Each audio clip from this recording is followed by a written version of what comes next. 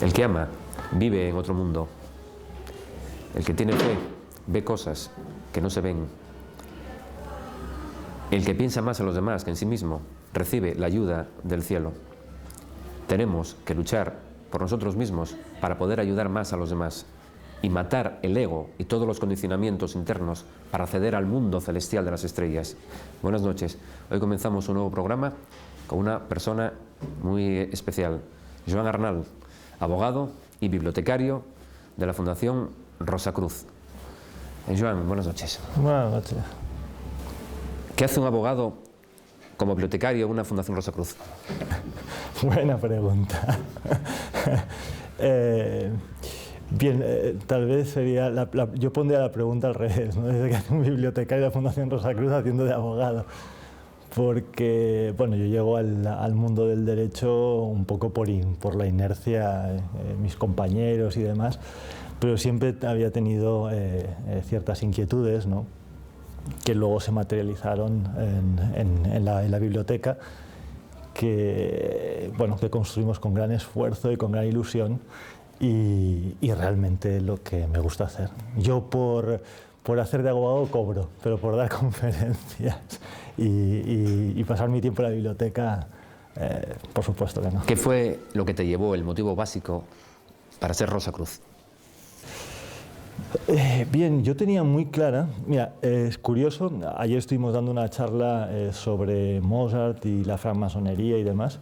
Yo en un colegio del Opus, un profesor que luego me enteré que lo habían expulsado, fue el primero que me habló de la francmasonería. ¿Lo habían expulsado del Opus? No, del colegio. Él no formaba parte del Opus Dei, y era un tipo muy liberal y abierto, daba clase de historia, y fue la primera persona que me habló de la francmasonería, y yo no recuerdo ni su nombre, me perdonará si me ve, pero un tipo muy interesante, y me pasó unas fotocopias sobre la leyenda de Hiram Abiff. Y a partir de aquel momento me fascinó la idea de una sociedad secreta, en fin, ¿no? Es un poco lo que fascina a la persona que compra un libro como el Código Da Vinci, ¿no? Es decir, toda esta historia de conspiraciones secretas y sociedades secretas en la que se reúne gente muy ilustre, etcétera, etcétera, ¿no? Pero cuando pude ver un poco el planteamiento, las doctrinas, etcétera, ¿no? Es decir, que los rituales, ¿no?, me pareció que aquello contenía, aludía más a toda la historia veterotestamentaria, digamos, ¿no? Es decir, todo el tema del Antiguo Testamento y demás. Y a mí eso no me faltaba el elemento cristiano, ¿no? Entonces en algún libro leí algo de que había una sociedad que además eran cristianos, y pensé, hombre, aquí hay que buscar por aquí, ¿no? Es decir, y sí, bueno, no fue muy difícil encontrar al Lectorium Rosicrucianum, que es una escuela que es bastante activa, y la prueba es esta Fundación Rosacruz con la que colaboro, que bueno, es decir, muestra un poco ese interés, ¿no?, del Lectorium Rosicrucianum, de dar, además, de transmitir el componente cultural y... Aparte de la vena cristiana, lo que diferencia o caracteriza el Rosacruz del masón, ¿qué otras cosas son? ¿Qué hay? ¿Qué diferencia a un masón de un Rosacruz, aparte de que tú, como muy bien acabas de explicar, el Rosacruz es más cristiano que el masón? Sí. Bueno, en principio lo que es el movimiento místico filosófico, el más anterior es el Rosacruz. La Rosacruz nace en Alemania en el contexto de la Reforma luterana. Es un movimiento iluminista que intenta de alguna manera continuar la reforma, pero es una reforma realmente profunda, no quedarse en el aspecto teológico, el aspecto más exterior, y ir de alguna manera a la esencia espiritual del cristianismo, a hacer realmente, propone la vida cristiana, ¿no?, la vida evangélica, ¿no?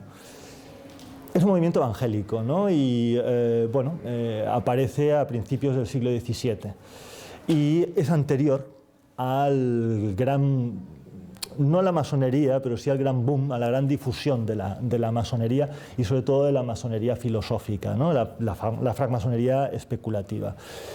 Que aparece sobre todo a partir del año 1717 en Londres, se difunde principalmente por Inglaterra y Escocia, y a partir de ahí da el salto al continente, y en el continente, claro, cuando llega a Francia, los franceses de Versalles se encuentran la aristocracia de Versalles que encuentra en la masonería un divertimento más, ¿no? Es decir, encuentros misteriosos, ritos y demás, y claro, a partir de ahí cala y se extiende muchísimo, ¿no? Lo que pasa es, claro, el elemento de alguna manera simbólico que trabaja la francmasonería está relacionado con la construcción del Templo de Salomón, etcétera, etcétera, y por tanto se remonta como base al Antiguo Testamento, a las Crónicas de los Reyes, y bueno, al libro de Crónicas y al libro de Reyes, que es donde se habla de ese misterioso arquitecto que también trabajaba con los metales, Hiram Abiff, que es de alguna manera el arquetipo, ¿no? Es decir, frente al Cristián Rosacruz, ¿no? Que es el piadoso cristiano, buscador de la sabiduría y demás, ¿no? Pues el arquitecto. Y bueno, y eso en esencia son un poco las grandes diferencias, ¿no? Es decir, lo que sucede es que luego hay una cierta conexión, ¿no? ¿Jesús de Nazaret sería Rosacruz si viviera en estos tiempos? Yo no sé lo que sería Jesús de Nazaret, porque realmente una figura como la del Cristo realmente creo que es irrepetible, ¿no? Es decir, y deja un mensaje que hoy en día todavía estamos explorando y que todavía no hemos tocado fondo, ¿no? Es decir, entonces yo creo que una segunda venida, bueno, yo creo que más bien que es más al final de los tiempos, que no en estos momentos, por tanto no creo que fuera nada, no creo que ni que viniera. ¿Estos tiempos que vivimos no estamos en el final de los tiempos o todavía no ha llegado el inicio del final de los tiempos? ¿Y qué es el final de los tiempos? Bien, ahí detrás de esa reflexión sobre el tiempo hay cuestiones filosóficas muy profundas, ¿no? De hecho, la herencia judeocristiana aporta la idea de un tiempo escatológico, ¿no? Es decir, el tiempo de un momento de creación y un momento de fin, ¿no? Es decir, Dios aparece como demiurgo, como creador, etcétera, ¿no? Es decir, lo que sucede es que tradiciones orientales y también filosóficas, la época, o sea, de las tradiciones como por ejemplo la pitagórica, que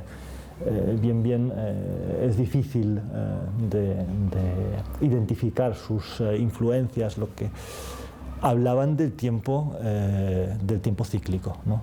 Entonces, claro, eso cambia completamente la cosmovisión cuando estás pensando en un tiempo que se va regenerando de alguna manera, ¿no? Entonces, claro, ahí la figura del demiurgo ya no es de creador, sino más bien del ordenador, del que está ahí presente controlando el movimiento. Y eso ha ocasionado grandes debates y distintos posicionamientos, ¿no? Dentro de la mística, porque obviamente es muy diferente saber que hay un final de los tiempos o que hay una regeneración del tiempo, ¿no? El que busca, encuentra. ¿Qué has encontrado tú en la Sociedad Rosacruz? Yo he encontrado un camino, he encontrado también la posibilidad de comprender muchísimas cosas, ¿no? La sensación de no estar perdiendo una vida desorientado, padeciendo un poco lo que el destino te pone delante y te toca vivir, sino que la comprensión un poco de tu tiempo y de lo que en este tiempo, ¿no? se puede llegar a saber, a conocer, ¿no? Y bueno, yo creo que en definitiva es el espíritu humano, ¿no? Lo que hay que descubrir y bueno, es decir, una vida es corta, pero da para mucho, ¿no? Digamos, y creo que bueno, es decir, de lo que se trata es de descubrir qué hay más allá del estado de conciencia en el que normalmente convivimos, ¿no? Es decir, porque con toda seguridad, ¿no? Es decir, se ve la evolución en todo, ¿no? Es decir, y obviamente y yo creo finalmente en que hay la posibilidad de una evolución en la conciencia, lo que implica que hay conciencias inferiores a la que, o sea, a la que normalmente, con la que normalmente nos relacionamos y nos movemos, pero obviamente hay conciencias que están más allá, ¿no? Es decir, hay la posibilidad de vivir de otra manera, ¿no? Es decir, de darle otra dimensión a lo que es el ser humano, ¿no? Es decir, tenemos que despertar para acceder a estados superiores de conciencia, y el que despierta ve las cosas como si fueran vistas por primera vez. Bueno, no lo sé, yo estoy trabajando en ello. La verdad es que sí que vas descubriendo cosas y vas viendo las cosas de forma diferente, ¿no? Es decir, creo que el acceso a una nueva conciencia no es un salto sin solución de continuidad, sino que es fruto de un proceso, ¿no? Es decir, y ese mismo ir descubriendo, ¿no? Va haciendo que no se produzca una visión, o sea, de pronto una nueva visión, sino que, bueno, que vayas comprendiendo nuevas cosas, que vayas dándole profundidad a tu vida, ¿no? A las cosas que te suceden, ¿no? A comprender las cosas, a verlas de otra manera, ¿no? Yo estudié un poco de sánscrito y de cultura védica, y era muy interesante porque hablaban de Krishna o Rama, le llamaban Lila Avatar.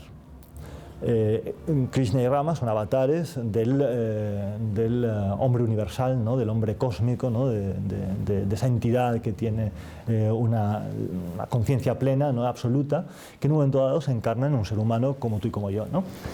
Y eso es un avatar, un tipo que cae, ¿no? que baja, ¿no?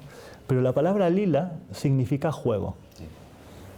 Y es divertido, ¿no? el planteamiento, porque claro, si esta persona conserva su conciencia cósmica, ¿no? Es decir, la vida se convierte en un juego.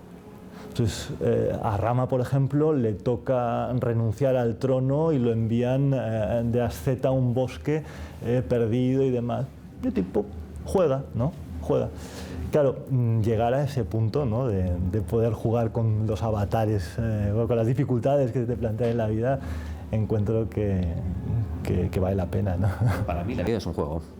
Cuando la vida es un juego, para que llegar al grado de conciencia de que la vida es un juego, no tenemos que volvernos como niños. Si no nos volvemos como niños, no podemos jugar. Uno de los problemas básicos de las personas es que realmente crecen, pierden el contacto con la infancia dorada y luego ya no saben lo que es el juego. Yo creo que el elemento así más característico del niño es la curiosidad. Y yo creo que sin esa curiosidad infantil del niño es difícil llegar a esa conciencia de estar jugando, ¿no? Y esa curiosidad es la que empuja a un ser humano a la iniciación. Hay esa imagen tan bella, ¿no? de la Isis velada, ¿no? que el iniciado intenta levantar el velo y contemplar su rostro, ¿no? Es decir, sin esa curiosidad por querer levantar el rostro y ver más allá, creo que es difícil, ¿no? Es decir, de hecho, participar ni siquiera acercarte, ¿no? a una sociedad que te ofrece la posibilidad de una iniciación. La inmensa mayoría de las personas dicen, piensan o creen o consideran, imaginan que el mundo no tiene sentido, que no hay justicia en el mundo, que no hay nada por encima del hombre. Sin embargo, Joan, yo veo una belleza, una unidad y una maravilla en todo lo creado, capaz hasta el extremo de que cuando las personas quieren conseguir cosas por encima de sí mismos, se les cierran las puertas. Es como si hubiera una mano milagrosa y superior que dirige al hombre y le pone en su verdadero sitio. Bueno, es una visión bastante platónica, ¿no? De hecho, la gran discusión de los neoplatónicos, de los maestros platónicos, precisamente con los gnósticos, fue precisamente por esta razón, ¿no? Es decir, por el no ver la belleza del mundo, ¿no? Es decir, el gnóstico ve el mundo como un lugar caído, como un lugar muy duro, ¿no? Es decir, con una visión, digamos, de la naturaleza como muy muy oscura, ¿no? Creada por un demiurgo, por un creador que incluso hasta lo tildan un poco como de tonto, ¿no? Es decir, este mundo. Y realmente, ¿no? Es decir, en cierto nivel de vida sí que hay una cierta tontería. Yo creo que ese debate gnóstico-neoplatónico es interesante si se plantea desde la perspectiva de la conciencia, de alguna manera, de uno y otro, ¿no? Y obviamente, es decir, en un cierto estado de conciencia, que es el que el gnóstico denuncia, es el mundo no tiene sentido, ¿no? Y realmente parece absurdo, ¿no? Es decir, pero en el estado de conciencia en el que se sitúa el platónico, capaz de ver la belleza de la creación y ver la mano del creador detrás de todo lo que acontece, incluso de las cosas aparentemente malas, ¿no? Es decir, yo creo que hay otro estado de conciencia, ¿no? Es decir, hay otra capacidad, ¿no? Hay, la capacidad del, como decía Platón, ¿no? Es decir, el que busca desesperadamente la belleza, ¿no? El que no ve niega la luz. Sí, claro. El que no oye niega el sonido. Sí, sí, claro. Hubo un programa hace muchos años que, tomando en consideración lo que acabo de decir, que para mí la vida es un juego, que se llama precisamente La vida es juego, que consistía en defender la vida, la biografía de una persona mundialmente conocida. Yo tuve el honor y el placer de defender la vida de Wolfgang Amadeus Mozart. Por eso la ley de la belleza, del equilibrio, para mí la vida es un juego, y sin embargo hubo un programa que se llamaba así y participé y tenía la misma edad que tuvo Mozart cuando falleció. Fue en Barcelona, fue cuando descubrí que en Barcelona se come muy bien, que tiene un trazado recto y maravilloso las calles. Además yo siempre fui del Barcelona, ¿no? Visca el Barça, man qui perdi, ¿no? Entonces te quería preguntarte lo siguiente. Me has sorprendido en la charla que diste sobre mi amigo, digo mi amigo porque los amigos no tienen que tener una existencia geográfica sino eterna, ¿no? Mi gran amigo Mozart, que me sorprendió, y es que poco antes de morir parece ser que quería crear una sociedad secreta, ¿no? ¿Puedes revelarnos un poco ese misterio indescifrable? Bueno, sí, la conferencia de ayer fue así un tanto novelesca, pero sí, un poco porque, a ver, el entorno cultural del siglo XVIII no está exento de ese ambiente un poco novelesco, ¿no? Es decir, y el ambiente en que vivió Mozart, ¿no? Claro, frente a la película está Amadeus, que pone a Mozart poco menos que un tontorrón ahí, que bueno, sí, que tiene un contacto, ¿no? Es decir, una inspiración divina que le permite, bueno, componer la música de tanta belleza, ¿no? Es decir, pero si Mozart fue un masón realmente activo, ¿no? Y en Mozart encontramos la materialización de un intento de reformar la masonería, ¿no? Y precisamente la masonería en aquella época parece como que se encontraron, habían dos facciones claramente identificables y parece que en cierta pugna, ¿no? Que era una masonería científica, racional, ¿no? Muy vinculada al espíritu ilustrado, ¿no? Es decir, del siglo de las luces, ¿no? Y una masonería más rancia, que cogía elementos bien tradicionales y demás, y que, bueno, es decir, que sobre todo potenciaba el aspecto más religioso y que parecía que se vinculaba a la Iglesia romana, ¿no? Es decir, pues se habló de toda esa manipulación de los jesuitas y demás, y se oponía, se confrontaba, ¿no? Francmasonería con el jesuitismo, ¿no? Con los jesuitas, ¿no? Bien, dentro de esa línea, ¿no? Parece que efectivamente Mozart, hay muy pocos datos, ¿no? Y a mí lo que me sorprendió fue un comentario que hizo su mujer 9 años después de la muerte, en el año 1800, ¿no? Que parece que fue a una imprenta de libros de música.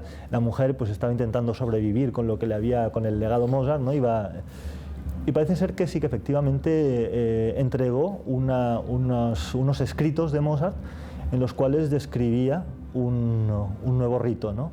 Un rito que además, curiosamente, se llamaba la gruta, que fue un poco el tema de fondo que tratamos ayer, ¿no? Es decir, la gruta como el lugar donde tenía que tener, donde se tenía que producir la iniciación, ¿no? La gruta, el seno de la tierra, ¿no? En el interior de la tierra, para pasar un proceso alquímico, ¿no? En el que, bueno, sabéis que la alquimia utiliza siempre ese simbolismo de los elementos, ¿no? Del fuego, el agua, el aire, la tierra, ¿no? Es decir, como una especie de renovación, ¿no? Como de purificación en el interior de la tierra, ¿no? Un poco como aquella frase, ¿no? El visita interior a terrae, rectificando invenies occultum lapidum. Sí. Entonces, según esto, Mozart tenía la idea de crear una sociedad secreta en la cual tendrían cabida todos los ritos, podemos decir, alquímicos. Parece ser que sí. Lo que sucede es que la alquimia que parece que bueno, nos invitan a salir aquí al festival. Lo que te decía, ¿no? Es decir, parece ser que la alquimia que le llega a Mozart y el hermetismo que le llega a Mozart viene bastante matizado por un poco la literatura que circulaba en la época, ¿no? Es decir, y en particular de ciertos cuentos, de ciertas narraciones, de ilustrados, y un libro en particular de un tal Abate Terresson, publicado... Sí, el Setos, exactamente. Setos, que tiene un título más largo, Setos, vida y anécdotas extraídas de los monumentos, tal, de una traducción de un papiro egipcio, es decir, un texto, digo, un título de aquellos. Bien, lo que fascinó a los francmasones, digamos, más progresistas, fue de alguna manera el poder encontrar algo parecido a la francmasonería en el antiguo Egipto, ¿no? Y esto es un poco lo que narraba el Terresson, el Setos de Terresson, explicaba un poco la existencia de una sociedad de sacerdotes que trabajaban debajo en túneles y en pasadizos por debajo de las pirámides y demás, y que trabajaban y excavaban la piedra, etcétera, etcétera, ¿no? Es decir, la alquimia obviamente siempre se dice, ¿no? Que la palabra alquimia procede del árabe al-Kemit, y Kemit parece ser que era el nombre de la tierra negra del antiguo Egipto, ¿no? Es decir, que como tú bien sabes, ¿no? Es decir, Egipto es un país que está en el desierto, allí prácticamente no llueve nunca, el sol está siempre ahí cayendo, pero tiene esa maravilla de la naturaleza que es el Nilo, que crecía y menguaba, dejando después de que el río volvía a su cauce, ¿no? Dejaba todo un limo negro, ¿no? Es decir, todo un barro negro, en el que empezaban a salir larvitas blancas, etcétera, y ahí, de ahí salió un poco ciertas ideas de la alquimia, ¿no? El 14 de diciembre de 1784, Wolfgang Amadeus Mozart ingresa en la masonería. 3 meses después se convierte en maestro masón. Al año siguiente, en 1785, dedica su primera canción a la masonería, el Lied die Gesellenmauer, ¿no? Viaje al compañero. Y las últimas composiciones que hizo antes del Requiem, Kegel Bezeugnis 623, es el famoso Lied de Love de Freundschaft, elogio a la amistad, y el famoso himno nacional austriaco, ¿no? La cadena. Cantata 623A. Toda la vida de Mozart, desde 1784 hasta que deja este Valle de Lágrimas, el 5 de diciembre de 1791, está dedicado en cuerpo y alma a la masonería. Efectivamente, hay todo un trabajo, toda una serie de composiciones dedicadas a la masonería. También, compuso en ese tiempo otras muchas obras por encargos y demás, para óperas y demás. Pero lo realmente singular, que yo creo que has obviado un poco intencionadamente, es la flauta mágica, ¿no? Es decir, la flauta mágica parece ser que efectivamente es la última ópera que compuso, y parece ser que efectivamente lo que pretendía ser era una escenificación de esos misterios que él proponía. Parece ser que no fue el único, es decir, Schikaneder fue el libretista, un compañero de logia, el que escribió el texto inspirado en ciertos cuentos y demás, y parece ser que se trataba de una iniciativa no solamente del joven Mozart, murió a los 35 años, era gente muy joven, ¿no? Lo que me recuerda un poco a los Rosacruces, que también cuando se escribieron esos manifiestos también eran gente muy joven, ¿no? Los elegidos de los dioses mueren en edad temprana, ¿no? También, es decir, a los 33 años que a mí me quedan. y bueno, parece ser que aquello es una escenificación de los misterios que querían celebrar, ¿no? No sé si recuerdas el segundo acto. El segundo acto realmente es misterioso, ¿no? Es decir, ahí se ven claramente una serie de iniciaciones que va experimentando el príncipe Tamino y la princesa Pamina, que curiosamente tienen, curiosamente, es decir, un poco por influencia, como decía, ¿no?, de toda aquella literatura, suceden en los sótanos del templo, de los templos, ¿no?, en los que se encuentra Sarastro y esa orden de sacerdotes. Y la ópera está ambientada en Egipto, de hecho son sacerdotes egipcios los que están... Para quien sepa leer. Joan, podemos decir que de Zauberflöte, la flauta mágica, que es el Vesagni 620, reúne la esencia de la masonería. La masonería que Mozart quería...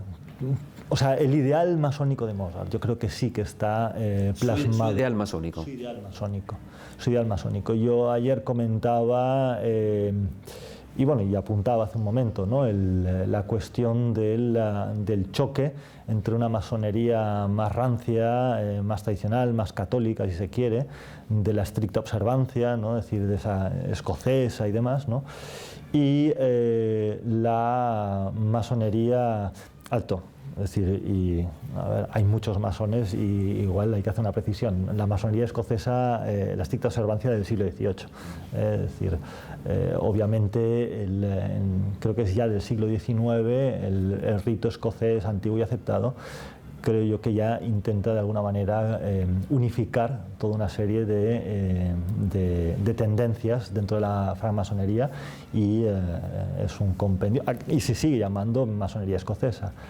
Pero en aquella época, en el siglo XVIII, la masonería escocesa tenía un poco sospecha de jacobismo, ¿no?, es decir, de escocesismo, de catolicismo, de hecho, ¿no?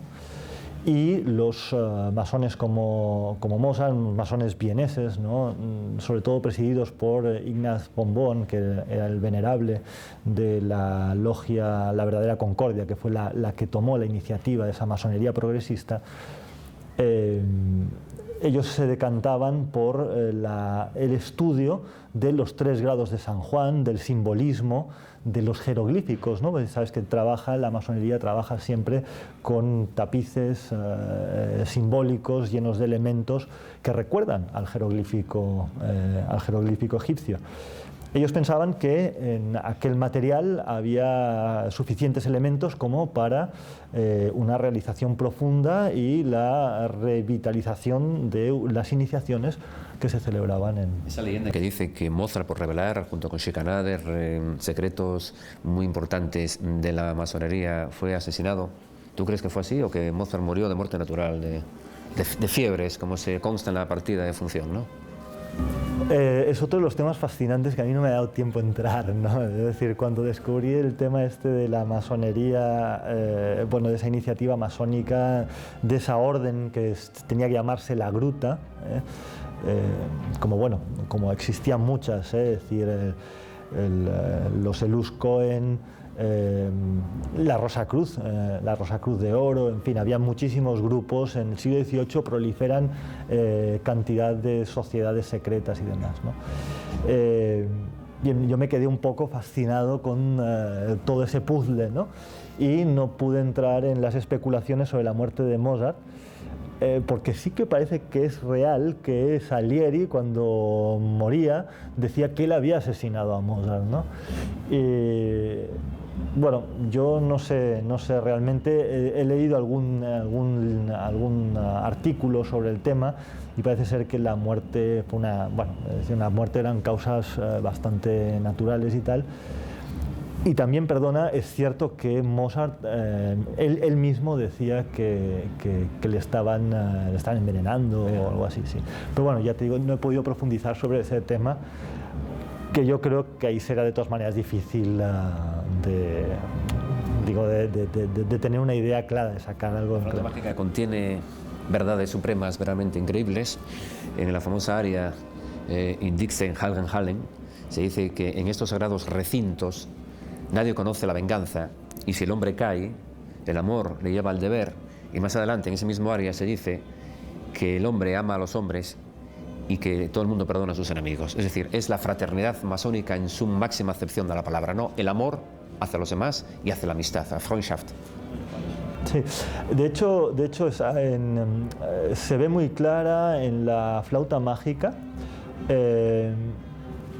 digamos un planteamiento místico iniciático universal. Es decir, creo que reúne ese aspecto universal.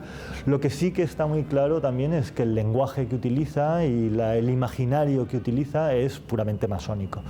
Y todos esos elementos están muy presentes y han estado siempre muy presentes en la francmasonería, ¿no? Es decir, el elemento del trabajo, de la construcción, ¿no? Es decir, de vamos hermanos a trabajar en la obra y demás, es un elemento muy masónico, ¿no? Que por ejemplo en el discurso Rosacruz no es tan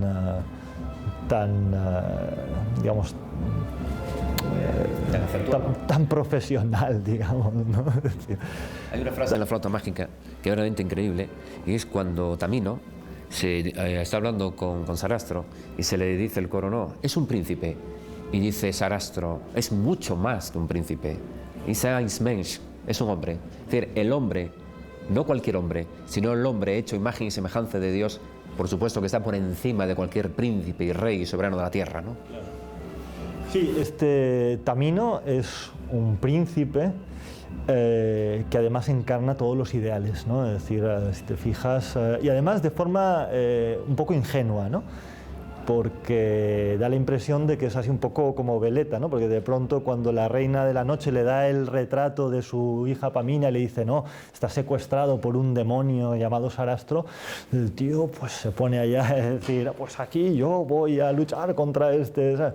Y cuando Sarastro le dice, no, es que ojo, ¿cómo escuchas a una mujer tal, vanidosa y no sé cuánto? Es decir, pues parece como que son un poco esos grandes ideales, representan los ideales del espíritu humano que en realidad, soplan, ¿no? Es decir, el espíritu es como un soplo, ¿no? En definitiva, ¿no? Entonces, soplan un poco para aquí y para allá, pero siempre aportando esa capacidad esa posibilidad de trascenderse, ¿no? Es decir, y eso yo creo que es lo que encarna bastante Tamino. Y Pamina es, curiosamente, hija de la reina de la noche, es decir, que bueno, ahí es difícil también ver un poco cómo juegan con los símbolos, ¿no? Pero es hija de la naturaleza, de hecho, ¿no? Es decir, y de alguna manera viene a representar más el alma, ¿no? De ese alma que anhela encontrar al príncipe, ¿no? Dice la flauta mágica que cuando la virtud y la justicia existen en el mundo, la tierra se parece al cielo y los hombres a los dioses. Si eso es así, que es así, ¿por qué los seres humanos, en lugar de perseguir glorias vanas y entregarse por completo a los deseos mundanos, por qué no aspiran hacia verdades supremas del alma? Bien, yo creo que hace falta tener esa inquietud. Yo creo que hace falta una cierta cualificación. No todo el mundo tiene esa aspiración, ¿no?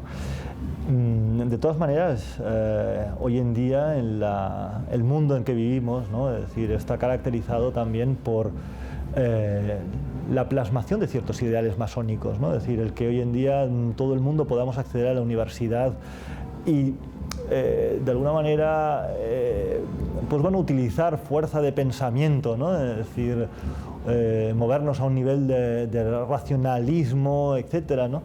Yo creo que eso también ya es un logro, ¿no? Es decir, de la humanidad en su conjunto. Yo creo que no hay que ser muy impacientes, ¿no? Yo creo que la humanidad va de alguna manera reconduciéndose, ¿no? A mí me fascina, ¿no? Ver las universidades llenas, después el provecho que cada uno haga de sus estudios y demás, ¿no? Es decir, y con la capacidad de, pues cada vez más, ¿no? de mantener un discurso racional O, por ejemplo, y en las ciudades ves, ¿no? Es decir, gente que, bueno, la convivencia en estas ciudades. A mí hay un gran filósofo moderno que me encanta, que bueno, es decir, igual que no lo considera un filósofo, pero a mí me parece, es Woody Allen, ¿no? Que presenta a... Estuvo aquí, en este mismo Palacio de Ferrera. Ah, no me digas. Qué bueno. A mí me encanta, es decir, me encantan sus películas porque te muestra una verdad que es evidente y es una gran paradoja del ser humano, y es que si vivimos solos, y él decía, cuando yo veo una película que empieza con aquellos buzones del oeste, ¿no? Es decir, ya sabía que por ahí la película no me iba a gustar, pero si veía una ciudad llena de luces y demás, sabía que iba a disfrutarla, ¿no? Y si te fijas, todas sus películas son de seres humanos que viven en sociedades, en grandes ciudades, que están todos medio paranoicos y están todos medios locos, ¿no? Y claro, él está planteando ahí una cosa muy interesante, y es que el ser humano, y es una gran paradoja, es decir, el ser humano solo no puede vivir, pero si vivimos en sociedad nos volvemos todos medios locos, ¿no? Es decir, creo que ahí, claro, el ideal de la francmasonería de amistad de Freundschaft que decías, ¿no? Es decir, es la clave, ¿no? Es decir, realmente las relaciones humanas están todavía por irse redescubriendo. Y creo que las grandes ciudades, igual aquí alguien me correría gorrazos, son grandes escuelas de transformación del alma humana, ¿no? Es decir, porque bueno, estamos unos viviendo encima de los otros y apretados, y entonces de pronto uno te pone la música toda castaña y tú aquí intentando hablar de la flauta mágica, ¿no? Es decir, pero bueno, aquí estamos todos, ¿no? Es decir, aquí tú y yo aguantando con estoica paciencia, ¿no? Los trompetazos del... Pues bueno, es decir, yo creo que ahí hay una transformación, ¿no? Sin embargo, hoy día cada vez abundan más, desgraciadamente, las personas que viven o se sienten solas en compañía. ¿Eso no es muy triste? Bueno, es que, volviendo un poco al principio de lo que estábamos hablando, de los estados de conciencia, yo creo que el ser humano, la gran lección que le toca ahora aprender el ser humano, que ha alcanzado de alguna manera el desarrollo de la libertad individual, ¿no? Es decir, que eso es un gran logro, y entre ellos gracias a la francmasonería, ¿no? Que fue en el siglo XVIII y el siglo XIX la gran valedora, ¿no? De la gran bueno, conquistadora de las libertades, ¿no? Bien, hemos conquistado la libertad. Hoy en día somos individuos libres que prácticamente podemos hacerlo todo, ¿no? Es decir, pero nos ahogamos en la soledad, ¿no? Es decir, y, claro, ahí algo pasa, o sea, hemos sido conducidos hacia esa posibilidad, esa gran posibilidad que otorga la libertad humana, ¿no? Que muchos países, en muchos pueblos no la tienen todavía, y sin embargo, alcanzar esa libertad individual, como individuos nos hemos replegado en nosotros mismos y nos ahogamos en nosotros mismos, ¿no? Es decir, está claro que ahí el ser humano lo que le toca es dar un salto hacia adelante, ¿no? Es decir, trascender ese individualismo, ¿no? Sí, pero pese a tanta información, tanto aparentemente conocimiento, esa libertad que tú proclamas, que efectivamente da la impresión que el hombre es mucho más libre que antes, que cree que tiene derecho y acceso a todo tipo de información, que todo vale. Sin embargo, no se siente feliz por dentro. ¿Qué pasa? Que el ser humano no se encuentra bien en su interior, a pesar de todo este mundo aparentemente rico por fuera. Es que creo que lo peor que le puede suceder a un ser humano es encontrarse bien en una situación, ¿no? Es decir, yo creo que siempre tiene que tener ese acicate, ¿no? Que le empuje a salir de donde está y ir un poco más allá, ¿no? Porque si no, o sea, que nos acomodamos, lo peor siempre será el aburguesamiento, ¿no? El aburguesamiento, el confort excesivo, la comodidad, no son armas del diablo, entre comillas, para que el hombre no suba hacia las esferas de luz. Por supuesto, y gracias a Dios que está ahí el diablo pinchando. El diablo es el gran aliado de Dios, porque si no fuera por él, el hombre no tendría conciencia. Claro que sí. Yo lo veo así. A mí Mefistófeles de Goethe, de Fausto, me parece un personaje divertidísimo, interesantísimo, y bueno, y que creo que todo el mundo tiene su Mefistófeles, ¿no?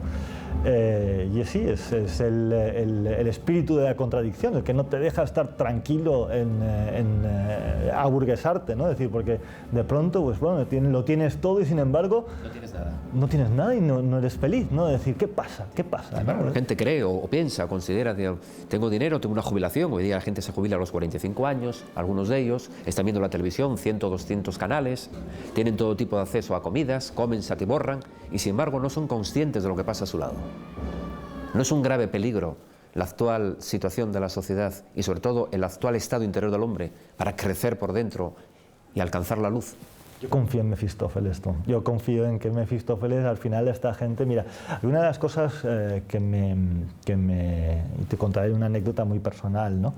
Pero que me movieron a mí a la búsqueda de respuestas, es ver a mi abuelo, a sus 90 y tantos años, que tenía problemas de demencia senil, preguntándose qué era el alma, ¿no? A sus 90 y tantos años, a los umbrales de la muerte, ¿no? Yo creo que hay preguntas que todo ser humano se hace. Y entonces creo que lo importante es poderse formular esas preguntas con tiempo, tener una vida por delante para poder encontrar respuestas y que la muerte no te encuentre sin respuestas, ¿no? Es decir, creo que eso es importantísimo, ¿no? Es decir, y lamentablemente yo creo que la gente sufre por eso, ¿no? Es decir, porque no busca, ¿no? Es decir, porque no busca respuestas, porque intenta dar la espalda a realidades como son la muerte, la enfermedad, etcétera, etcétera. Pretendemos vivir al margen de eso, ¿no? Y esos son grandes dones. La gente no vive demasiado superficial, trivial, lo que tú acabas de decir ahora, eludiendo, desviándose, esquivando el encuentro con lo luminoso, con lo arcano, con la muerte en definitiva, que puede ser para los que tenemos fe, que es el acceso a una nueva vida. ¿Por qué tiene el ser humano esa propensión a huir de lo que le trasciende, de lo que no entiende, de lo que no conoce? Bien, no lo sé. Es decir, forma parte de la naturaleza humana la inercia esta de adaptarse, ¿no? O de intentar adaptarse, ¿no? Al medio que le toca vivir y intentar acomodarse allí, intentar con lo que tiene pues ser feliz, ¿no? Es decir, pero hay grandes preguntas que parten de algo muy profundo, ¿no? Que está vivo en todo ser humano, ¿no? Es decir, que le molestarán, y que no podrá eludir más tarde o más temprano. Y ahí, bueno, aquella imagen egipcia, ¿no? De la balanza, ¿no? Es decir, seremos pesados, ¿no? Es decir, y uno tiene que intentar llevar respuestas, ¿no? a momentos decisivos, ¿no? de la existencia, porque yo creo que en definitiva la muerte es el comienzo de algo mucho más importante, ¿no? Es decir, al final lo que hay detrás de es decir, lo extraño es la vida, ¿no? Es decir, bueno, la vida en física de alguna manera, ¿no? Es decir, las puertas son esas puertas del horror, ¿no? Es decir, que aparecen en la ópera de la flauta mágica, ¿no? Es decir, son el principio de la gran aventura, ¿no? Podemos decir que hay dos clases de muertos, los que mueren en esta vida y los que ya están muertos en esta vida porque viven sin vivir y no buscan la luz y el encuentro con lo eterno. El que no busca a Dios ya está muerto en vida. Hay muchas muertes, ¿no? Es decir, sí, yo creo que sí, que de alguna manera el tedio, ¿no? Es la gran muerte, ¿no? del espíritu, de ese aspecto. Es decir, intentamos apagar ese aspecto que yo creo que es fundamental, ¿no? Es decir, que nos molesta, ¿no? Que nos incordia, ¿no? Eso es una muerte, yo creo que sí. Hay mucha gente que no tiene luz, no tiene brillo en los ojos, ¿no? Es decir, ves que está totalmente apagada, ¿no? Exactamente, ¿no? Es decir, y que se han apagado ellos mismos, porque esa luz siempre se puede volver a encender, ¿no? Hay personas desde el poder que intentan apagar las conciencias de las personas para que no sepan, porque cuanto menos sepa el hombre es más fácil de manipular. Yo creo que tenemos un poco los gobernantes que nos merecemos. Si somos muchos los que estamos apagados, el que nos va a gobernar estará más apagado y pretenderá que las luces estén bien apagadas para que no nos veamos, ¿no?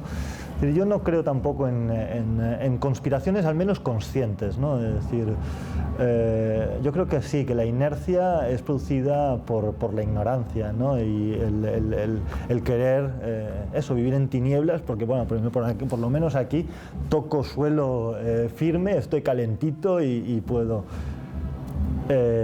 pero...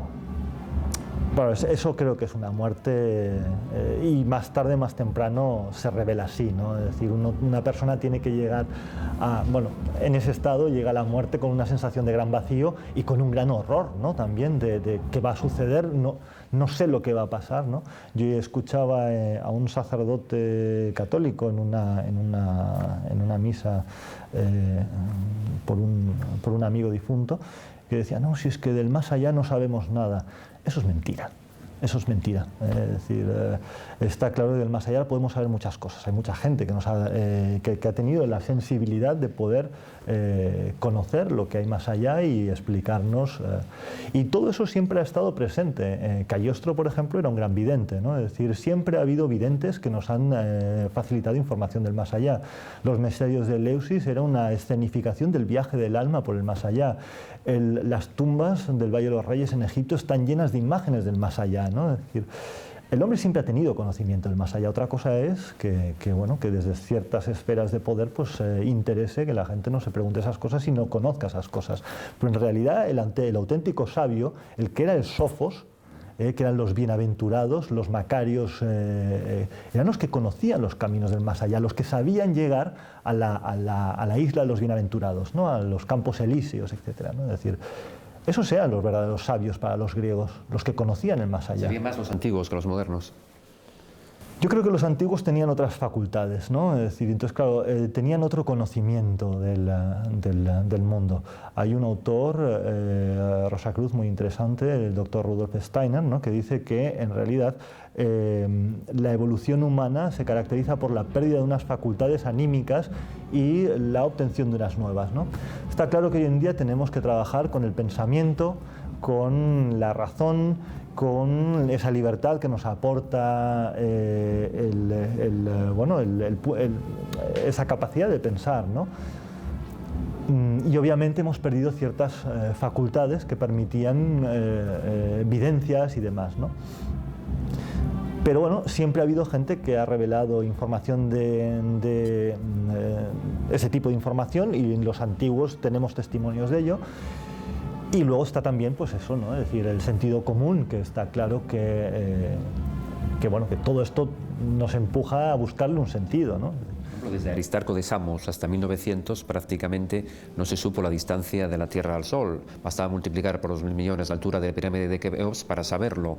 El autor de los viajes de Gulliver, Jonathan Swift, muchos años antes de ser descubierto por Hall, los satélites de Marte, Phobos y Deimos, pues los describió con una precisión absoluta. Incluso Dante, en su Divina Comedia, describe la Cruz del Sur, una constelación que no era visible para los seres humanos.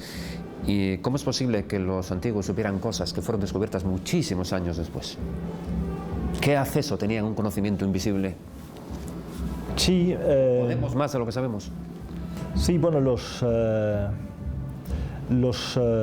filósofos fueron... un filósofo, en realidad, la filosofía nace a partir de la observación del cielo, ¿no? Y obviamente, se basaron en la tradición más antigua, ¿no? Es decir, las observaciones del cielo que habían conservado egipcios y caldeos, ¿no?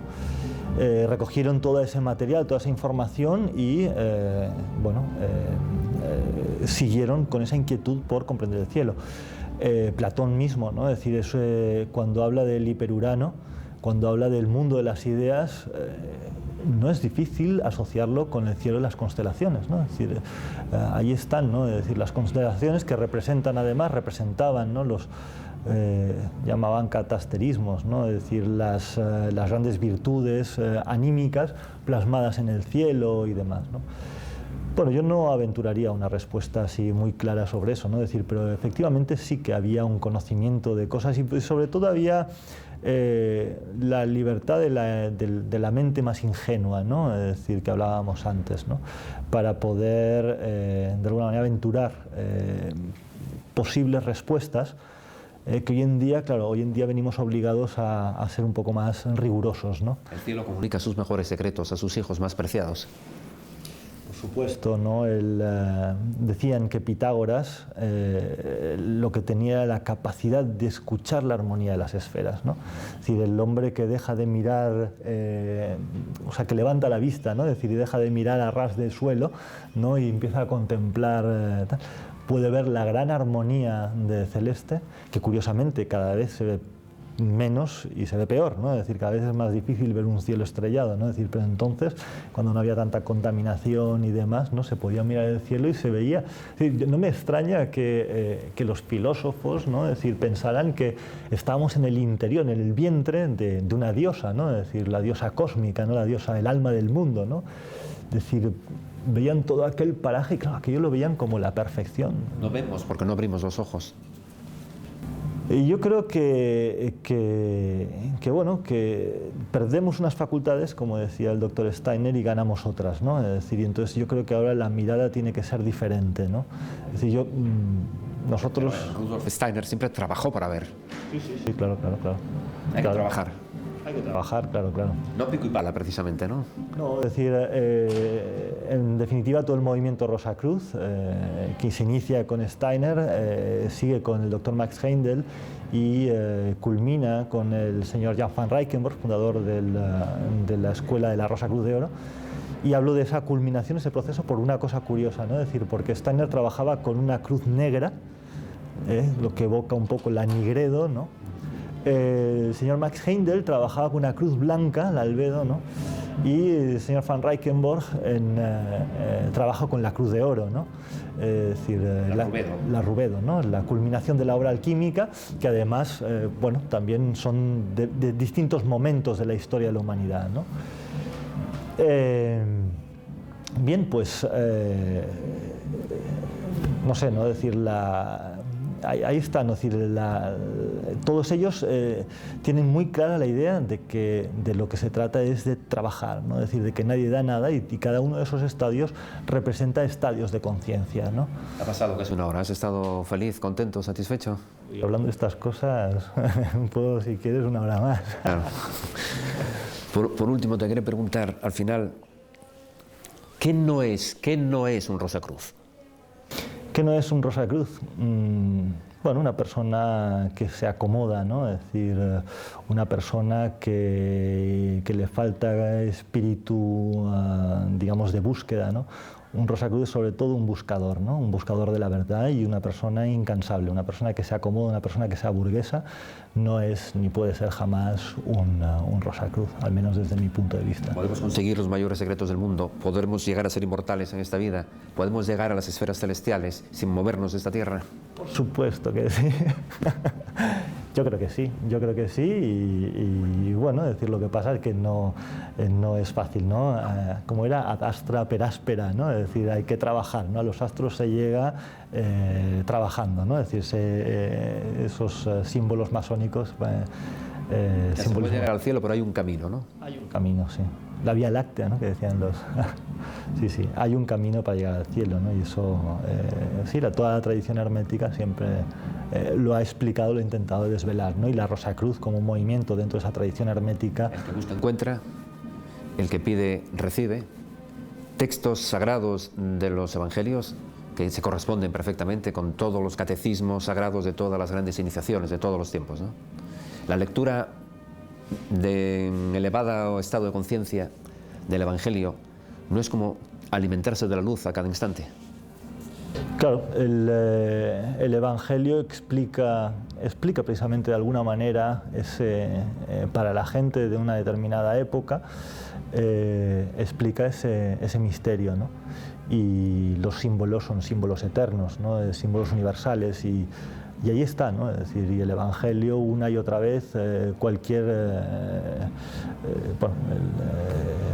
un poco el misterio del Evangelio está presente en toda la tradición occidental, en todos los movimientos místicos, etc. Que Dios te mantenga siempre en el camino de la luz.